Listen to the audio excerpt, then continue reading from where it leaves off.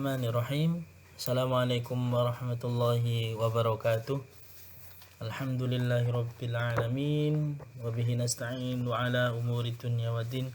Wassalatu wassalamu ala asyrafil anbiya'i wal mursalin sayyidina wa maulana Muhammadin wa ala alihi wa sahbihi wa sallim ajma'in. Amma ba'du. Yang kami cintai dan kami banggakan anak-anakku sekalian, anak-anak kelas 6 SDN Ubanet Panin. Pertama, marilah kita panjatkan puja dan puji syukur kepada Allah Subhanahu wa taala yang telah memberikan kita nikmat sehingga kita bisa melaksanakan aktivitas sehari-hari dalam keadaan sehat wal afiyah. Kedua kalinya salawat dan salam tidak lupa kita aturkan kepada Nabi Agung Nabi Muhammad SAW, karena berkat beliaulah kita bisa mengetahui perkara-perkara yang hak dan juga perkara yang batil dengan tarsyiarnya ad-dinul Islam. Selanjutnya saya di sini akan menjelaskan pelajaran selanjutnya. Silakan dibuka untuk pelajaran akidah akhlak pada halaman ke-6 ya.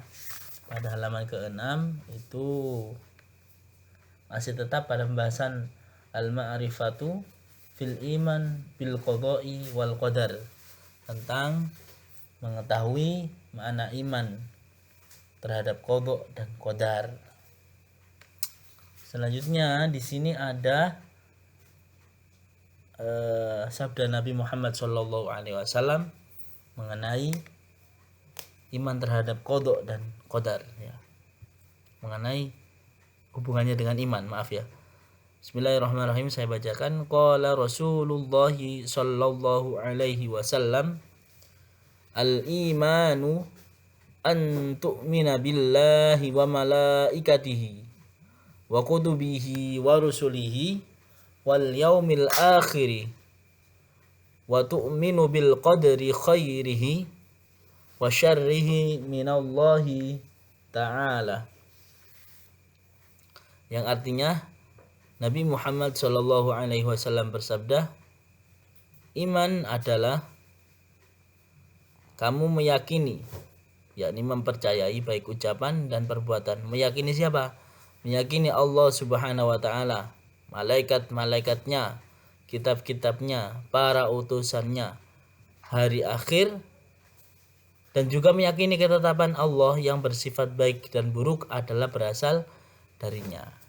Jadi yang merupakan rukun iman ya kita itu yang pertama iman kepada Allah ya, dua kepada malaikat, tiga kitab-kitabnya, dan rusul-rusulnya, rusul atau utusannya, yang keempat, yang kelima iman kepada hari akhir, dan yang keenam adalah iman terhadap qada dan qadarnya ya. Qadar baik ketetapannya yang sifatnya baik ataupun ketetapan yang sifatnya buruk ya. Nah, kemarin sudah dijelaskan ya mengenai apa namanya qada. Qada itu ketetapan Allah Subhanahu wa taala yang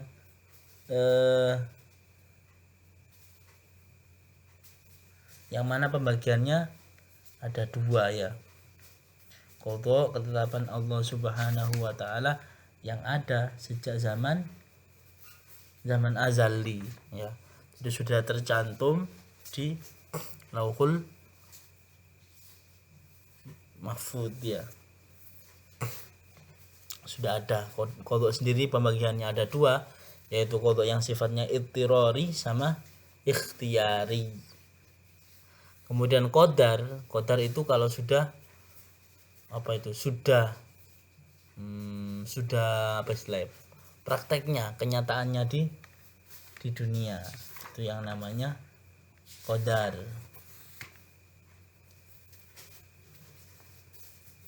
Selanjutnya silakan ya ditulis terjemahannya di bukunya, itu ada kalimat kosong bawahnya itu at-tarjamah, silakan tulis terjemahannya sendiri. Selanjutnya pada halaman ke-7 kita lanjutkan.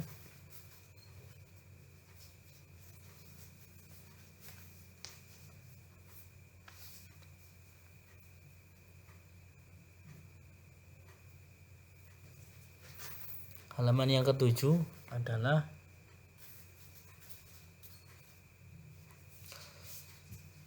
yajibu ala kulli insanin mukallafin ayya'taqida bi anna jami'a af'alihi wa aqwalihi wa harakatihi sawa'un kanat khairan aw syarran waqi'atan bi iradatillahi wa taqdirihi wa ilmihi.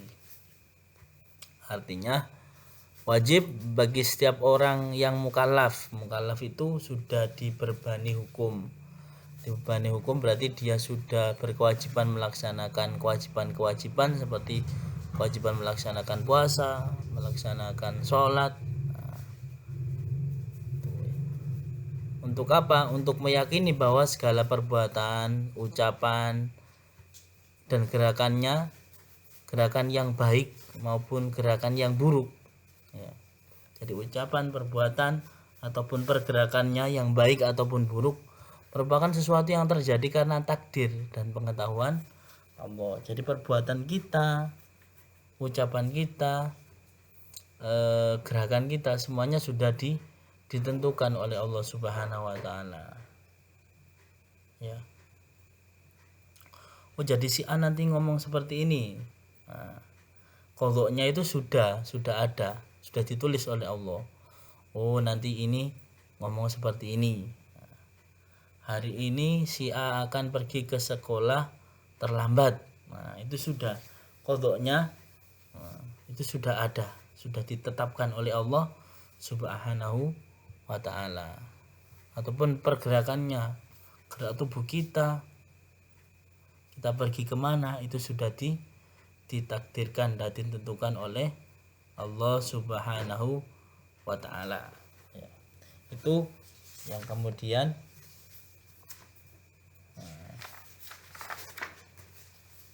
yang disebut dengan ketetapan yang sudah ditulis pada zaman azali. Kemudian yang selanjutnya, namun kebaikan yang diridhoi oleh Allah maka akan mendapatkan pahala. Segala bentuk kebaikan yang kita lakukan yang insya Allah diridhoi oleh Allah, maka kita akan mendapatkan pahala. Sedangkan keburukan yang tidak diridhoi oleh Allah, ya, yang dimaksud dengan keburukan adalah sesuatu yang tidak diridhoi oleh Allah. Kita tahu keburukan dan kebaikan itu sumbernya dari mana? Ya, taunya ya dari Al-Quran hadis bahwa ini buruk, ini baik, ya. Maka akan mendapatkan siksa jika kita melakukan perbuatan tersebut. Selanjutnya, wa annahu laisa lahu udhrun fi fi'li syarri. Tidak ada alasan bagi seseorang yang melakukan perbuatan buruk. Bahwa perbuatan buruk merupakan takdir Allah yang tidak bisa dirubah. Jadi seseorang itu yang ini artinya apa ya? Ada orang yang melakukan perbuatan buruk, kemudian dia mencari kambing hitam bahwa segala perbuatan buruknya itu berdasarkan takdir Gusti Allah. Oh, saya goblok ini loh gara-gara apa itu takdir Gusti Allah. Loh, kenapa kamu kok mendapatkan ranking terakhir? Oh, takdirnya Gusti Allah. Nah, tidak seperti itu, ya.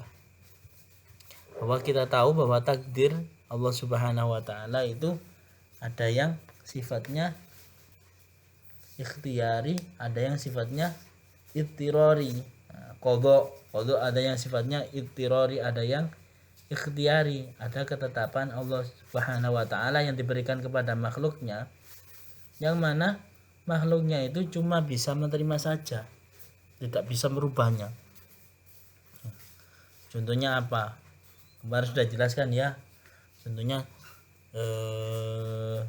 kapan dan di mana manusia itu lahir, itu kita nggak bisa milih. Tapi ada juga yang sifatnya ikhtiyari. Ikhtiyari itu ketetapan Allah yang telah dipastikan.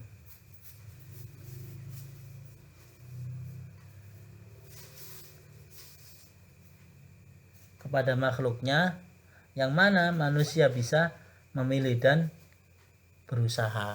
Jadi yang ikhtiari itu manusia bisa memilih dan berusaha. Jadi nggak boleh, tidak ada alasan bagi seorang yang melakukan perbuatan buruk kemudian mengatakan, oh saya berbuat buruk ini karena takdirnya Allah. Karena apa? Karena manusia diberikan kehendak untuk melakukan suatu hal. Ya, manusia juga diberikan anugerah oleh Allah Subhanahu wa taala berupa akal, yang dengan itu manusia diberikan otoritas untuk memilih di antara keduanya, baik hal yang baik, ya, baik perkara yang benar ataupun perkara yang buruk. Jadi nggak boleh kita melakukan perbuatan buruk disandarkan kepada takdir Allah, karena manusia sudah diberikan kehendak oleh Allah. Oh, manusia sudah diberikan akal fungsinya untuk bisa memilah mana perbuatan baik, mana perbuatan buruk. Nah, jadi tidak semata-mata itu semuanya adalah ketetapan Allah, tapi manusia juga diberikan kewenangan untuk melakukan sesuatu, yang itulah disebut dengan takdir yang atau qadha ikhtiari. Ingat-ingat ya, silakan dicatat ini ya terjemahannya, nanti bisa dipelajari. Selanjutnya pada halaman ke-8 ya.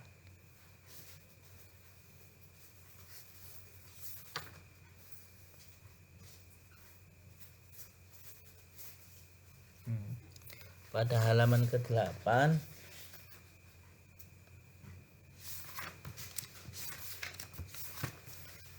di situ ada tentang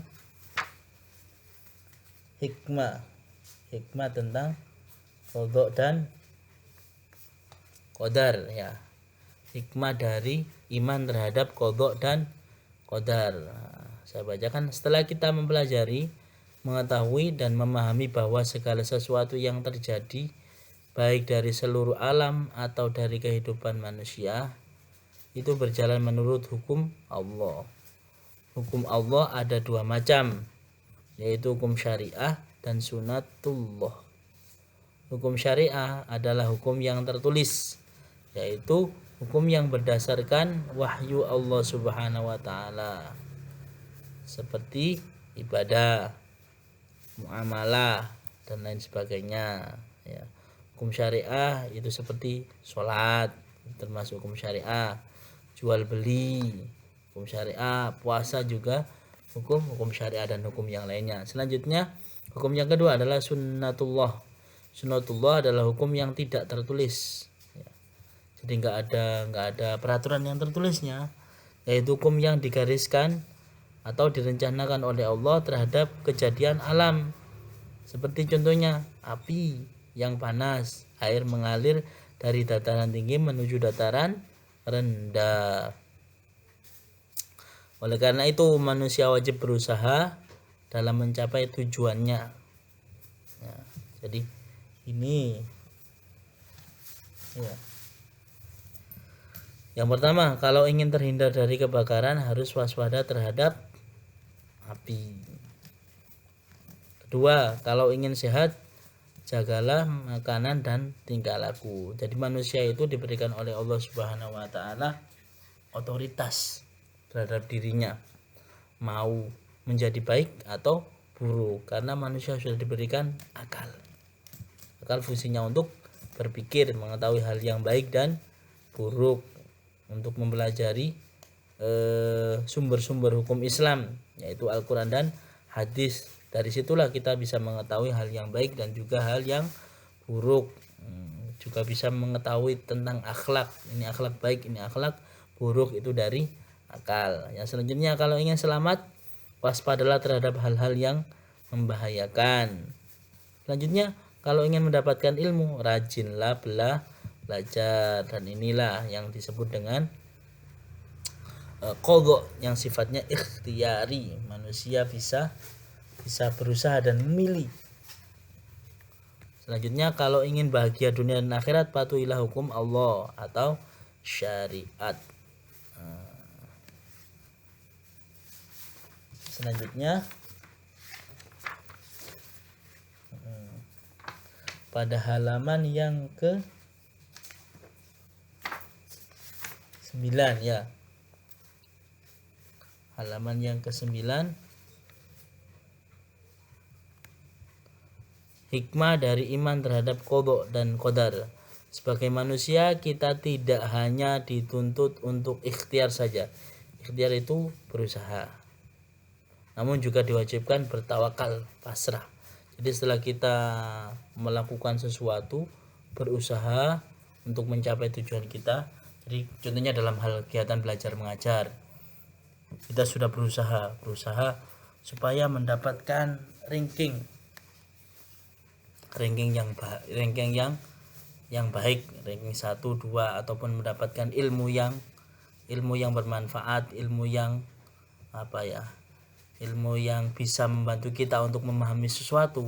Kita sudah berusaha, maka ada hal yang lain yang perlu juga kita lakukan, adalah bertawakal atau pasrah kepada Allah. Jadi setelah kita berusaha belajar dengan sungguh-sungguh supaya ilmu bisa kita serap, yang kedua yang kita lakukan adalah bertawakal, pasrah kepada Allah dan berdoa ya. Urusan paham dan tidaknya itu urusan Allah, yang penting kita sudah belajar dan berdoa agar nasib dan takdir kita menjadi orang yang beruntung. Jadi kadang kita sudah berusaha namun masih belum ditakdirkan oleh Allah Subhanahu wa taala.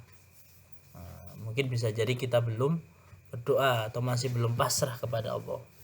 Jika orang tersebut pasrah dan juga berdoa kepada Allah, maka keuntungannya apa? Dia tidak akan menyesal ketika gagal di dalam usahanya. Orang belajar kemudian aku kok nggak paham ya, tak pasrahkan kepada Allah Subhanahu wa taala. Yang penting saya sudah belajar, paham dan tidaknya itu urusan Allah. Orang berdagang pun demikian, dia sudah berusaha berdagang dengan baik, menjual sesuatu yang menarik di kalangan manusia, di kalangan sekitar, dan juga dibutuhkan warga sekitar. Misalnya contohnya pada masa Covid ini ya, menjual sesuatu yang bermanfaat, misalnya menjual madu, menjual masker, atau menjual hand sanitizer ya. Sudah berusaha tapi kok ternyata tidak laku, ya udah pasrah kepada Allah dan berdoa. Maka ketika dia atau dagangannya tidak laku, maka kembali lagi kepada Allah, mungkin Allah belum mentakdirkan. Karena di balik usaha manusia terdapat kekuasaan Allah. Jadi kita sudah usaha, Allah yang akan menentukan, Allah yang berkuasa. Yang maha dahsyat yaitu qada dan qadar. Apa sih hikmahnya?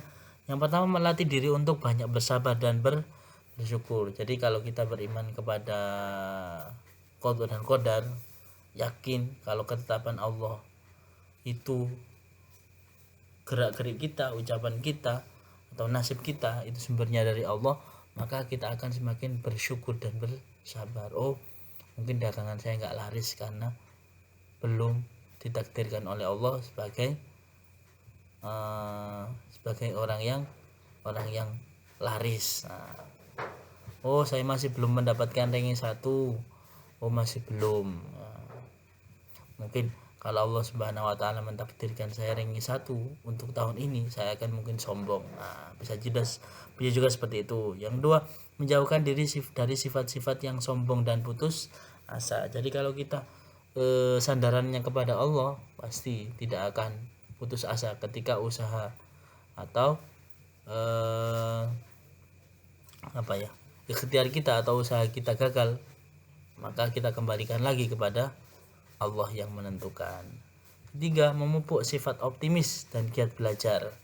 Optimis berarti positive thinking ya, selalu berpikir positif, yakin di balik ikhtiar atau usaha kita harus pasrah dan tawakal kepada Allah, karena disitulah ada ketetapan Allah Subhanahu wa taala yang tidak bisa dikalahkan oleh manusia. Kita bisa berdoa atau bermunajat lebih dekat kepada Allah Subhanahu wa taala. Selanjutnya mendekatkan diri kepada Allah dengan tawakal dan berdoa. Yang terakhir melatih diri untuk menjadi orang yang qanaah. Qanaah itu apa? Menerima ya. Menerima apa adanya. Wis sudah dikasih Allah seperti ini, kita terima. Sudah cukup. Mungkin itu saja yang dapat saya sampaikan. Mulai dari halaman 6, 7, 8, 9 silakan dipelajari. Jika memang ada kalimat-kalimat yang perlu dicatat, silakan dicatat sendiri ya. Terima kasih. Wassalamualaikum warahmatullahi wabarakatuh.